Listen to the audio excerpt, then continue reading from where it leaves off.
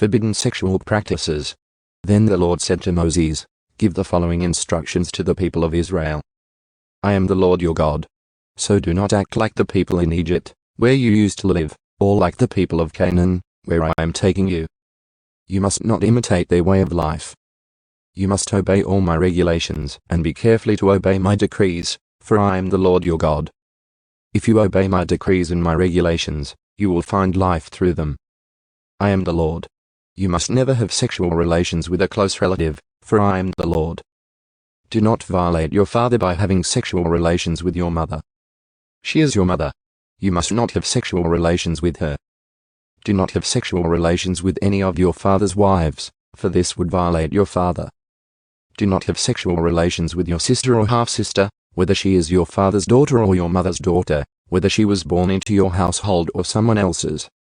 Do not have sexual relations with your granddaughter, whether she is your son's daughter or your daughter's daughter, for this would violate yourself. Do not have sexual relations with your stepsister, the daughter of any of your father's wives, for she is your sister. Do not have sexual relations with your father's sister, for she is your father's close relative. Do not have sexual relations with your mother's sister, for she is your mother's close relative. Do not violate your uncle, your father's brother, by having sexual relations with his wife, for she is your aunt. Do not have sexual relations with your daughter-in-law. She is your son's wife, so you must not have sexual relations with her. Do not have sexual relations with your brother's wife, for this would violate your brother. Do not have sexual relations with both a woman and her daughter. And do not take her granddaughter, whether her son's daughter or her daughter's daughter, and have sexual relations with her. They are close relatives, and it would be a wicked act. While your wife is living, do not marry her sister and have sexual relations with her, for they would be rivals.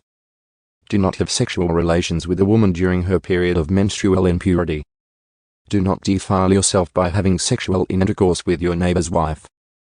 Do not permit any of your children to be offered as a sacrifice to Molech, for you must not bring shame on the name of your God.